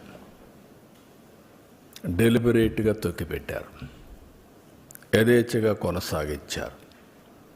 నేను ముఖ్యమంత్రి కాకమునుపు నేను చాలాసార్లు ప్రయత్నం చేశాం, పోరాడాం. కడాను నేను ముఖ్యమంత్రి అవుతానే నేను నిర్ణయాలు తీసుకున్న దాంట్లో ప్రధానమైన నిర్ణయం, ముఖ్యమంత్రిగా ఫంక్షన్ చేయాలంటే ఒక ప్రిన్సిపల్ సెక్రటరీ ఉండాలి. ఫస్ట్ ప్రిన్సిపల్ సెక్రటరీని పోస్ట్ చేశాను. రెండోది, మానవ సేవ చేయకమునుపు మాధవ సేవ కోసరం, దేవుని సేవ కోసరం నేను ఎన్నికల్లో ఏదైతే చెప్పానో ప్రక్షాళన చేస్తానని దానికోసం టీటీడీ ఈఓని శ్యామలరావుని సెలెక్ట్ చేసి సంతకం పెట్టాను. ఈ రెండు చేసిన తర్వాతనే రెగ్యులర్ కార్యక్రమాలకు నేను వెళ్ళాను. అదే సమయంలో వెళ్ళిన తర్వాత అక్కడ జరిగే పరిస్థితులు చూసి ఇక్కడ పొరపాట్లు ఉన్నాయి కాబట్టి మనం టెస్ట్ చేయాలనే ఉద్దేశంతో అక్కడ శాంపుల్ తీసి ఎన్డీడీబీ పంపించారు. ఎన్డీడీబీలో చాలా స్పష్టంగా చెప్పారు. ఆ విషయమే నేను చెప్పాను. ఈరోజు సిట్ వచ్చింది. అసలు సిట్లో మీరు చూస్తే మొత్తం కెమికల్స్తో, పామాయిల్తో నెయ్యి తయారు చేసే పరిస్థితికి వచ్చారు. ఇప్పుడే కేశవ్ గారు చెప్పినట్టు దాంట్లో మళ్ళీ ఆ కెమికల్స్ కూడా కొన్ని ఆయిల్తో తయారు చేస్తారు, కొంతమంది యానిమల్ ఫ్యాట్తో కూడా తయారు చేస్తారనే పరిస్థితికి వచ్చారు. అంటే దేవుడంటే లెక్కలెత్తనం, డెలిబరేట్గా అపవిత్రం చేయడానికి మీకు విశ్వాసం లేకపోవచ్చు. విశ్వాసం లేకపోతే ఆ జోలుకు రావద్దండి. విశ్వాసం ఉండే భక్తుల మనోభావాలు దెబ్బతీయడానికి, లేకపోతే దేవుని యొక్క పవిత్రత దెబ్బతీయడం, ఇది చాలా దుర్మార్గం. ఇది మామూలు కాదు, ఇది మహాపాపం. నేను చాలా స్పష్టంగా చెప్తున్నా. ఇంతవరకు చరిత్రలో వెంకటేశ్వర స్వామి జోలికి ఎవ్వరూ రాలేదు. మీరు ఇంకా చరిత్ర డీప్గా వెళ్తే బ్రిటిష్ వాళ్ళు కూడా వెంకటేశ్వర స్వామి జోలికి రాకుండా మిగిలిన దేవాలయాలు ఇచ్చేసినా ఇక్కడికి వచ్చినప్పుడు మాత్రం వాళ్ళు ఇంకా ఇంప్రూవ్ చేశారు. రికార్డ్స్ కానీ, పద్ధతులు కానీ, సాంప్రదాయాలను కానీ ఇంప్రూవ్ చేశారు. That is the power of God. అలాంటి దేవుడి దగ్గర మీరు చేసిన అపచారం చూస్తే దుర్మార్గమైన అపచారం.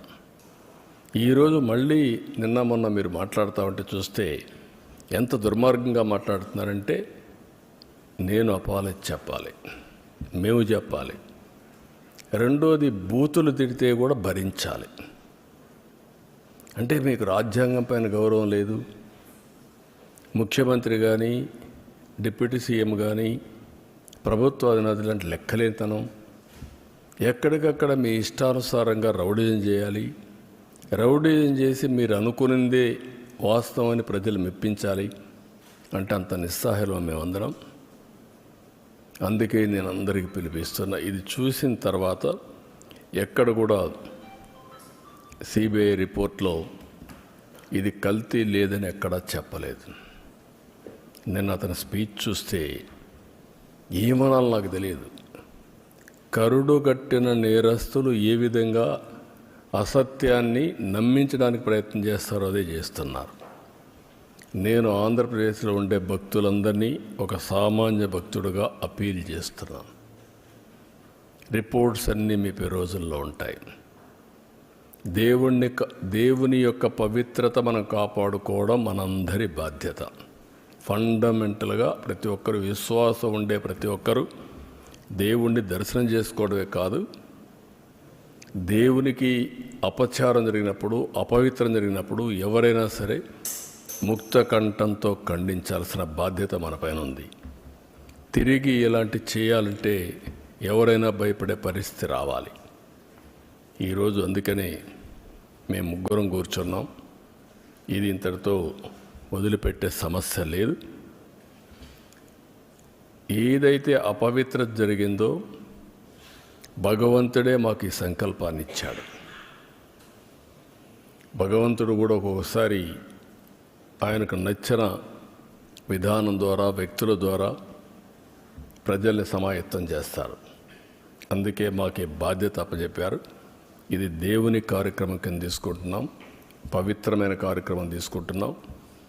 ఆ రోజు నాకు ప్రాణభిక్ష పెట్టా అంటే ఆయనే పెట్టాడు.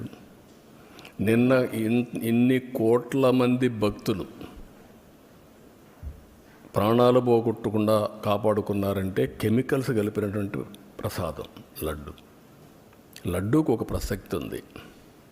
వెంకటేశ్వర స్వామి ప్రసాదం ఎన్నో దేవాలయాల్లో ఎంతోమంది కూడా ప్రయత్నం చేశారు దీన్ని రిప్లికేట్ చేయాలని, ఎవ్వరూ చేయలేకపోయారు. అది వెంకటేశ్వర స్వామికి ఉండే ప్రత్యేకత. అది ఒక్క తిరుమలలో తయారు చేసిన లడ్డు ప్రసాదాలు అక్కడికే పరిమితం తప్ప ఎవ్వరు కూడా రిప్లికేట్ చేయలేరు. ఒకవేళ రెసిపీ తీసుకపోవచ్చు, కానీ అందులో వచ్చే ఇది మాత్రం ఆ టేస్ట్ కానీ ఆ పవిత్రత కానీ ఎక్కడ రావు. ఈ విషయం గుర్తుపెట్టుకోవాల్సిన అవసరం ఉంది. కానీ ఈ 5 ఏళ్లలో మీరు చూస్తే లడ్డు తినాలంటే భక్తులు భయపడ్డారు. తిరుమలకు రావాలంటే భక్తులు సందేహించే పరిస్థితికి వచ్చారు. లేదు, అక్కడికి పోతే ఈ అపవిత్రత మేము భరించలేము, ఇవన్నీ చూస్తే మానసికంగా మేము ఏమాత్రం కూడా ఉపేక్షించలేము అనే పరిస్థితికి వచ్చారంటే ఎంత అపవిత్రత జరిగిందో మీరు ఒక్కసారి గుర్తుపెట్టుకోవాల్సిన అవసరం ఉంది. ఇన్ని కార్యక్రమాలు చేసి మళ్ళీ ఈరోజు ఎదురు దాడి చేసే పరిస్థితికి వస్తున్నారు. అంటే దీన్ని కూడా డైవర్ట్ చేయడానికి ఎప్పుడు కూడా నేరస్తులు చేసే పరిస్థితి ఏంటంటే ఒక ఇష్యూ వస్తుంది, దాన్ని డైవర్ట్ చేయాలి, దాన్ని డైవర్ట్ చేయడం, లేకపోతే ఏదో ఒక విధంగా దాన్ని స్తంభింపజేయడం. ఇది ఒక పద్ధతి ప్రకారం పెట్టుకొని చేస్తున్నారు. ఇది మంచి పద్ధతి కాదు. మళ్ళీ అపీల్ చేస్తున్నా రాష్ట్రంలో ఉండే ప్రజలందరినీ, మేము ఒక సాధారణ భక్తులుగా ప్రతి ఒక్కరికి తెలియజేసే బాధ్యత మాది. బాధ్యతలో ఉండే ప్రభుత్వంగా ఇలాంటి తిరిగి జరగకుండా పవిత్రతను కాపాడడానికి ఏ చర్యలు తీసుకోవాలని అన్ని చర్యలు తీసుకున్నాం, ఇంకా తీసుకుంటాం. అదే మరి దోషులను కూడా అన్ని విధాలా శిక్షించడానికి అన్ని చర్యలు తీసుకొని ముందుకు పోతాం. ఇది బ్రీఫ్గా.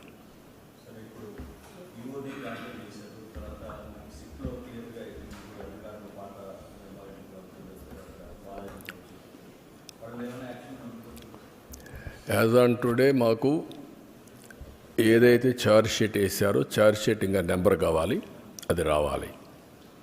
అదే మరిగా మాకు యాక్షన్ తీసుకోమని ఒక రిపోర్ట్ పంపించారు సిబిఐ. వీళ్ళందరిపైన అడ్మినిస్ట్రేటివ్ యాక్షన్స్ తీసుకోమని పంపించారు. అందుకే 1 మ్యాన్ కమిటీ ఓటేసి మొత్తం అనలైజ్ చేసి ఎక్కడెక్కడ ల్యాబ్సెస్ ఉన్నాయి ఆ ల్యాబ్సెస్ అన్ని అధ్యయనం చేసి యాక్షన్ స్టార్ట్ చేస్తాం. అవసరమైతే కోర్టులో కూడా ఇంకా ఏదైనా అడిషనల్ ఇన్ఫర్మేషన్ ఉంటే సబ్మిట్ చేస్తాం.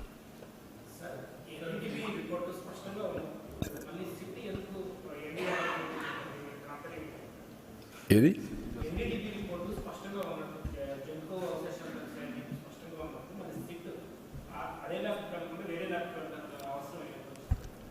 ఏదేమైనా ఆ ల్యాబ్కు పోయినా ఏ ల్యాబ్కు పోయినా ఒక్కొక్కసారి ఒక్కొక్కరికి ఆ lab report as on today ఇచ్చిన రిపోర్ట్లో కూడా మీరు చూస్తే ఏమన్నారు, మేము పూర్తిగా రూల్ అవుట్ చేయడం లేదు, కానీ మాకు ఆ టెక్నాలజీ లేదు, ఇది కమర్షియల్ కాదు, మేము ఇంటర్నల్ హౌస్లో డెవలప్ చేసుకుని దాని ప్రకారం రిపోర్ట్ ఇస్తున్నాం చాలా స్పష్టంగా చెప్పారు. థర్డ్ పార్టీ రెఫరెన్స్ కూడా చేయమని కూడా చెప్పారు. అప్పుడు చెప్పినప్పుడు where is the question? First report confirm చేశారు, ఏ రిపోర్ట్లో చూస్తే చేశారు. నేను ఒకటి అడుగుతున్నా, అసత్యాలు అబద్ధాలు చెప్పే వ్యక్తుల్ని 2022లో రిపోర్ట్ వచ్చిందా లేదా? ఎందుకు తొక్కి పెట్టారని అడుగుతున్నా.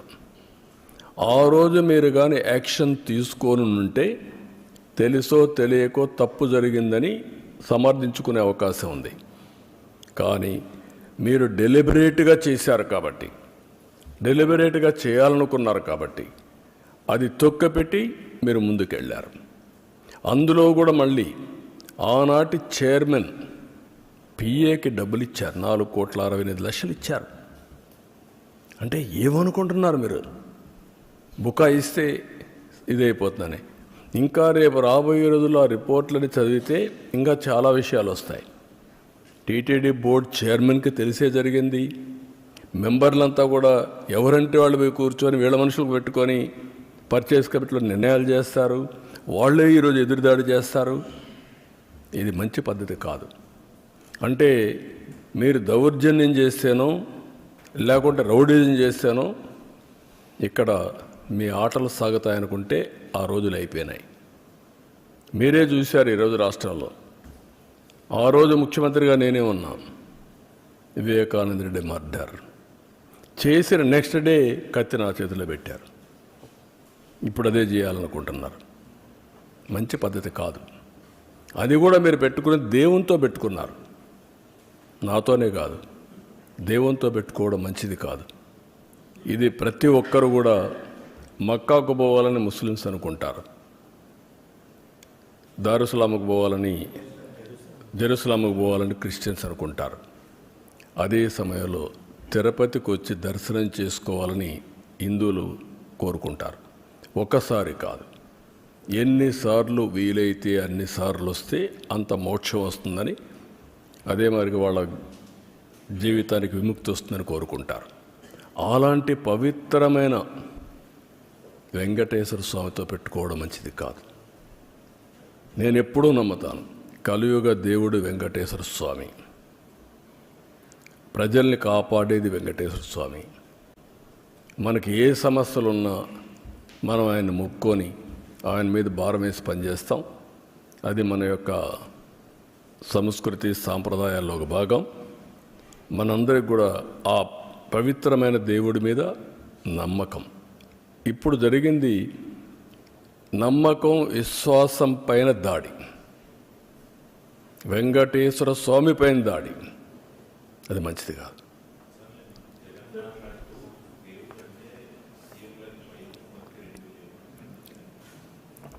ఆయనకు వెంకటేశ్వర స్వామి మీద భక్తి ఉంటే మొన్న తిరుపతికి వచ్చాడు కదా, నేనేం చెప్పాను, మీరు డిక్లరేషన్ పైన సంతకం పెట్టండి. అది వెంకటేశ్వర స్వామి టీటీడీ సాంప్రదాయాలు.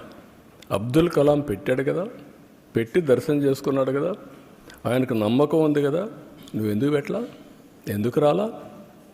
Can you answer this? అంటే నువ్వు ఒక మతస్థుడు కావచ్చు, తప్పులేదు. వెంకటేశ్వర స్వామి దగ్గరికి రావడానికి ఎవరైనా సరే అన్య మతస్థులు నమ్మకం ఉందని సంతకం పెట్టాలి, డిక్లరేషన్ ఇవ్వాలి, నేను దర్శనం చేసుకోవచ్చు. ఎందుకు రాలేదు? అంటే ఇప్పటి వరకు నువ్వు చేసిందంతా ఇవే కదా. వెంకటేశ్వర స్వామి నాకు ప్రాణభిక్ష పెడితే నాకు నమ్మకం లేదు, నువ్వు మాట్లాడతావా? అంటే ఏంటి, ఎక్కడికి పోతున్నారు మీరు?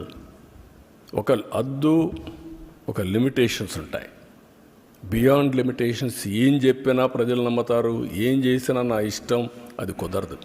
ఆ విషయం వీళ్ళు గుర్తుపెట్టుకోవాలి. అంటే దేవుని పవిత్రత కూడా కాపాడలేని అసమర్థులం కాదు మేము. నేను I'm very clear in this.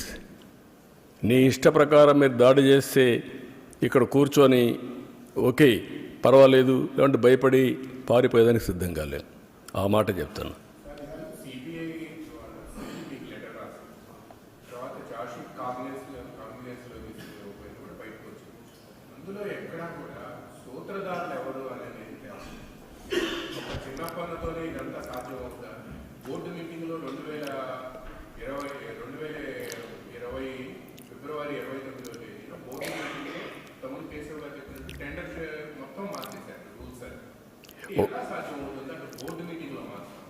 ఒక్కొక్కసారి ఇన్వెస్టిగేషన్ ఏజెన్సీలో కొన్ని వస్తాయి. ఇక్కడ సిబిసిఐడి కానీ సిబిఐ కానీ ఇవన్నీ ఉంటాయి. అదే సమయంలో పార్టీలు are free to file in the courts. కాబట్టి అవన్నీ చేసి దోషుల్ని కాపాడడం, దోషుల్ని పనిష్ చేయడం బాధ్యతగా తీసుకుంటాం.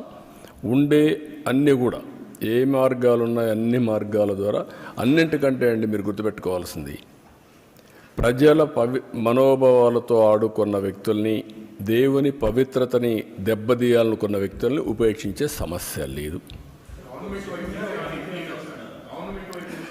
ఏమేమి పాసిబిలిటీస్ ఉన్నాయో అన్ని విధాలా చేసి నేను ఒక మాట చెప్పాను, ముందు మాధవ సేవ, తర్వాత మానవ సేవ.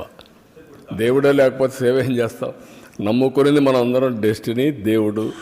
ఆ దేవుణ్ణి ఏ మంచి జరిగినా చెడు జరిగినా దేవుణ్ణి ప్రార్థించి ముందుకు పోతాం. అలాంటి దేవుడికే ఇది లేకపోయినప్పుడు కానీ మనం ఏం చేసినా కూడా ఫలితాలు రావనేది నా నమ్మకం.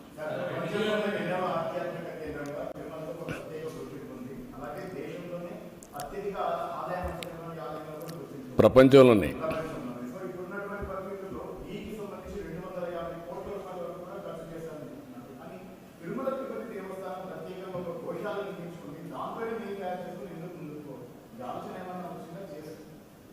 అవి కూడా మేము ఎక్స్ప్లోర్ చేస్తాం.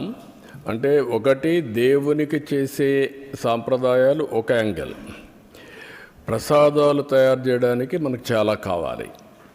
అది అందుకనే ఇంత మునుపు కూడా ఏం చేశారంటే పవిత్రంగా ఆవుల నెయ్యి ఎక్కడైతే తయారవుతుందో ఆ డైరీస్ నుంచే తీసుకున్నారు. దాన్ని వైలేట్ చేయడానికి తక్కువ ధరకు కెమికల్స్ మిక్స్ చేస్తే వస్తుంది కాబట్టి ఎవడైనా పర్వాలేదని వీళ్ళ కమిషన్ల కోసం ఈ పని చేశారు. కమిషన్ కూడా నేను డెలిబరేట్గా వెంకటేశ్వర స్వామి యొక్క ప్రతిష్ట దెబ్బతీయడానికి, పవిత్రత దెబ్బతీయడానికి చేసినటువంటి కార్యక్రమం ఇది. ఇక్కడ డబ్బులు గిబ్బులు అక్కడ కాకపోతే వదిలి కొడతారు, అది వేరే విషయం. కానీ పవిత్రత దెబ్బతీయడం చాలా ప్రమాదం. That is where all of us has to understand. ఏ సిట్ మీద? సిట్ మీద ఎట్లా? ఎందుకు సిట్ మీద కమిటీ ఏంటి?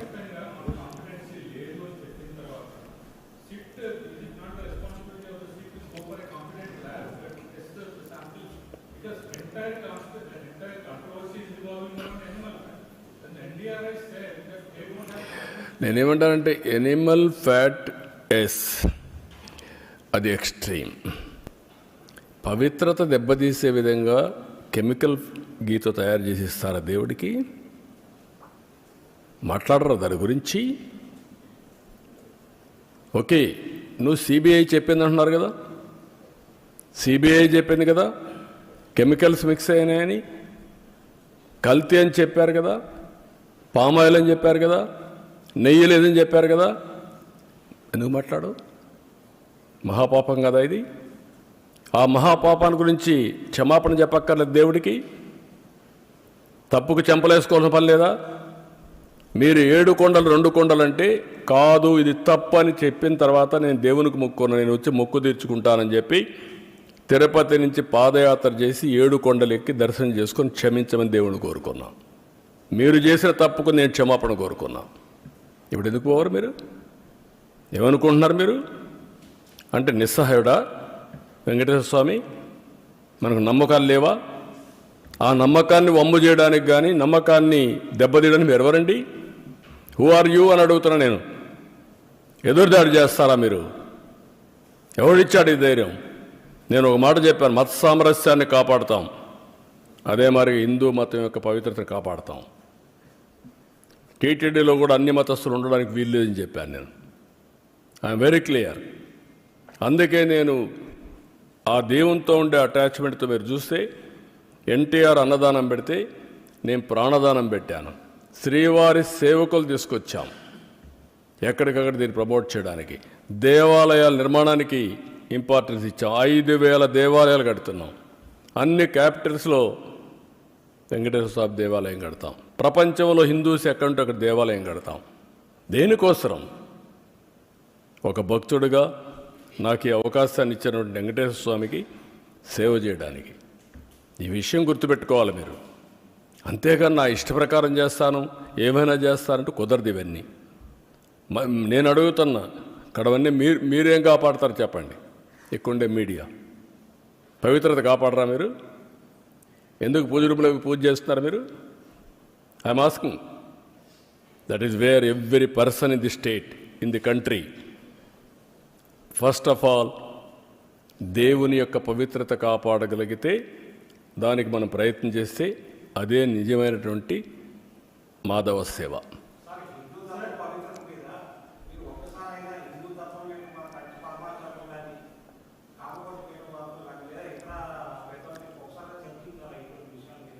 ఈ విషయం మీద అందుకే దానికి కూడా ఏం చేయాలి చేస్తాం. డెఫినెట్గా అందరూ బ్రీఫ్ చేస్తాం. నేను చాలాసార్లు మాట్లాడుతూనే ఉన్నా. మొన్న కూడా కలిశాను, తిరుపతి కూడా కలిసి వచ్చా. కంచి కామకోటిని కలుస్తున్నాం, శృంగేరిని కలుస్తున్నాం. ఈవెన్ ఇంకొక ఈయన వస్తే ఆల్ స్పిరిచువల్ లీడర్స్ని కలుస్తున్నాం, ఆల్ రిలీజియస్ లీడర్స్ కూడా కలుస్తున్నాం. నిన్న కూడా భగవత్ కూడా ఒక గంట కూర్చొని 1 గంట 2 గంటలు కూర్చొని మాట్లాడాం. వారు చేసే సేవాభావాన్ని గుర్తించి ఏ విధంగా ముందుకు పోవడం కోసం దేశం యొక్క నేషన్ క్యారెక్టర్ ఇది ఇంపార్టెంట్. నేను అందుకే మీ మీటింగ్లో నేను చూస్తూ ఉంటారు. ఎక్కడి నుంచి వచ్చిందంటే హిందూ కుటుంబ విలువలు ఎక్కడి నుంచి వచ్చింది? లెగసీనే కదా. ఆ లెగసీ ఎక్కడి నుంచి వచ్చింది? హిందూ ధర్మం నుంచి కదా మనకందరికీ వచ్చేది. చిన్నప్పటి నుంచి ఏం చేయాలని మన కుటుంబంలో పెద్దలు చెప్పిన సాంప్రదాయాల ప్రకారమే కదా. మీరు వేరే మతాల్లో ఉండే ఉన్నారు, వాళ్ళ గౌరవాలు వాళ్ళకున్నాయి. మనం ఎందుకు చిన్నప్పుడు అనుకుంటాం పెళ్ళి అవుతానే స్వర్గంలో జరిగింది పెళ్ళి, విడాకులు ఇవ్వడం కరెక్ట్ కాదు. అది హిందూ ధర్మం కాదా? కలిసి ఉండాలి భార్య భర్త పిల్లలు. ఇది హిందూ ధర్మం కాదా? ఈ విలువలు ఎక్కడున్నాయి? ఈ సెక్యూరిటీ ఎక్కడుంది? ఫ్యామిలీ సెక్యూరిటీ ఇవన్నీ. That is where we derived. We're fortunate. నేను ఇక్కడ చెప్పడం కాదు, ఇంటర్నేషనల్ ప్లాట్ఫామ్స్ చెప్తున్నా ఇది. కాబట్టి ఇవన్నీ మనం గుర్తుపెట్టుకోవాల్సిన అవసరం ఉంది. దీన్ని మనం కాపాడుకుంటూ ముందుకు పోవాలి.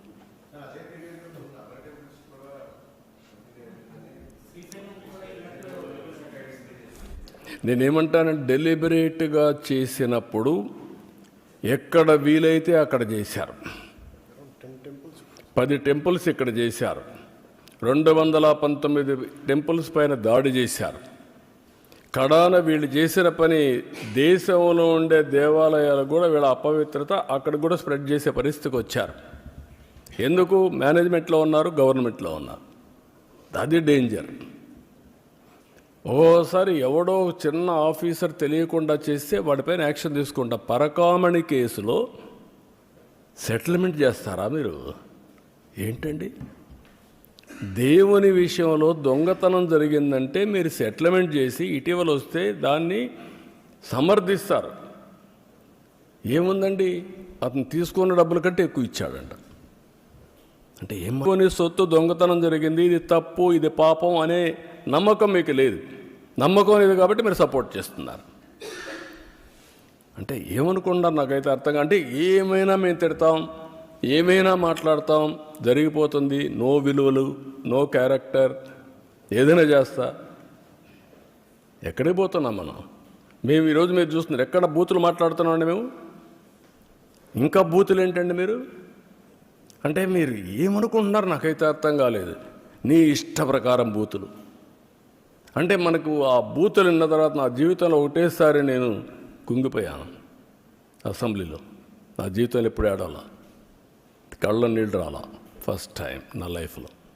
నా ప్రాణం మీద కూడా నా మీద 23 క్లేమోర్ మైన్స్ బ్లాస్ట్ చేసినప్పుడు మీరు చూడండి నా ఫోటో. భయపడలా. అలాంటి మైండ్ గేమ్ ఆడతారా? క్యారెక్టర్ అసాసినేషన్ చేస్తారా మీరు? ఏమనుకుంటున్నారు? ఇవన్నీ ఉన్నాయి, ఇవన్నీ తర్వాత మాట్లాడతాను. ఇప్పుడు దేవుని విషయం మాట్లాడదాం. ఇక్కడ అన్ని విషయాలు ఏం చేయాలి, హ్యాండిల్ చేయాలి.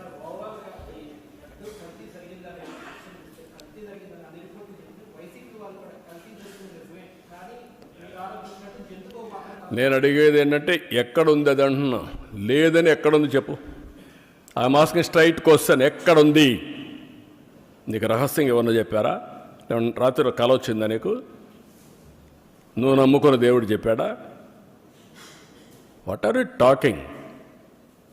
కాబట్టి మర్యాదగా చెప్తే వినాలి.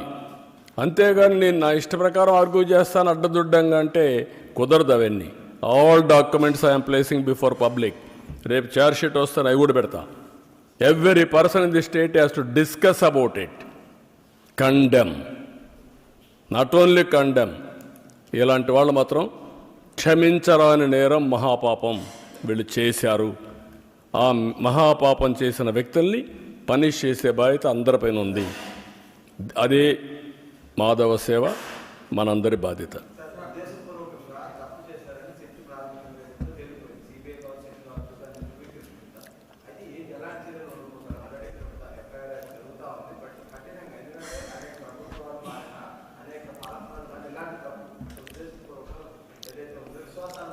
మీరే ఇన్ కోర్స్ ఆఫ్ టైం మీరే చూస్తారు ఎలాంటి పనిష్మెంట్ దేవుడు ఇస్తాడనేది. మేము నిమిత్త మాత్రంలో దేవుడే నడిపిస్తాడు. దేవుడు కాపాడుకునే శక్తి ఉంది. మీరు నేను నిమిత్త మాత్రమే. మా బాధ్యత మేము చేస్తాం, మీ బాధ్యత మీరు చేయండి. అదే మాధవ సేవ. ఇంట్లో రూములో కూర్చొని పూజ చేస్తే లాభం లేదు.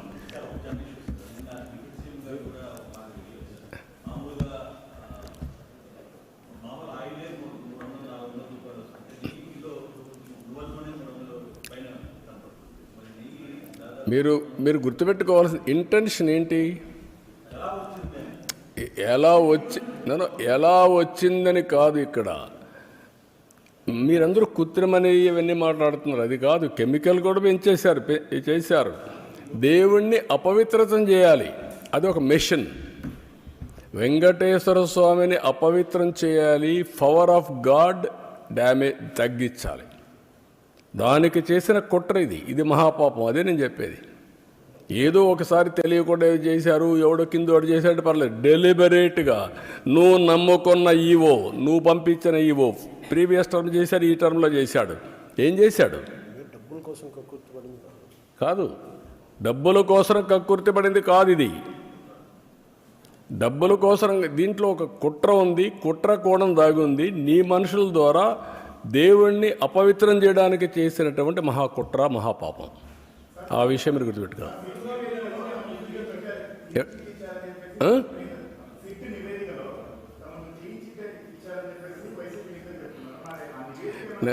కాదు బ్రదర్, నేనేంటంటే ఇప్పుడు వాళ్ళు ఇచ్చిన రిపోర్ట్ మీకు ఇచ్చాను. రేపో ఎల్లుండో ఛార్జ్ షీట్ వస్తుంది. You read. కాదు, ఈ రిపోర్ట్ వరకు పెడుతున్నాం. మన దగ్గర ఉండేది వాళ్ళు పంపించింది పెడుతున్నాం. సిట్ రిపోర్ట్ తొందరలో వస్తుంది. వాళ్ళు నెంబర్ చేయాలి, నెంబర్ చేస్తే కోర్టులు తీసుకొని వస్తుంది. Public document.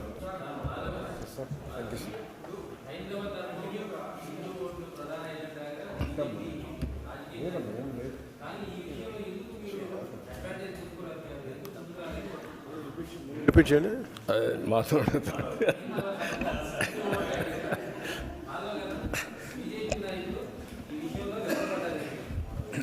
వెనకబట్ట ఏం లేదు. ఎప్పటికప్పుడు ఇష్యూస్ని టేకప్ చేసి ముందుకెళ్తున్నాం. ఇప్పుడు మాధవ్ గారు పార్టీ, మేము మా మంత్రి గారు ఉన్నారు, సత్య గారు, మేమందరం కలిసే ఇవన్నీ వర్కౌట్ చేస్తున్నాం. మొన్న కూడా సత్య గారు వీళ్ళంతా కలిసి ప్రెస్ కాన్ఫరెన్స్ పెట్టారు. ఆల్ ఇష్యూస్లో పోతున్నాం. ఇప్పుడిప్పుడు ఈ రిపోర్ట్ వచ్చింది, మొన్నే వచ్చింది కాబట్టి మేము పార్టీలు కూర్చొని మాట్లాడుకున్నాం.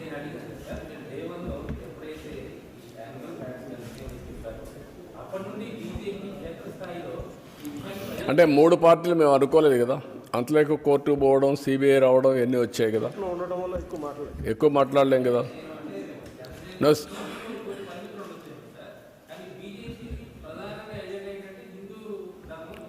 లేదు, మా ఎజెండా మీకు అర్థం కాలేదు. అందరూ భారతీయులందరూ సమానం. ఆ విధంగా ఆ యొక్క ఆలోచనతో ముందుకెళ్తున్నాం. వాళ్ళు కూడా ఆ విధంగా వాళ్ళు చూస్తే బీజేపీ కానీ అందరం కూడా, బీజేపీ కూడా భారతీయులందరం కూడా ఒకటిగానే చూస్తూ ఉంటారు. నేను కూడా మొన్న మాట్లాడినప్పుడు భగవత్ గారు మాట్లాడినప్పుడు ఒకటే అన్నారు. We're very clear. We have to build national character building. ఏంటి ఇంకొద్దులే, నీకు దేవుడి మీద నమ్మకాలి కదా. నీకెందుకు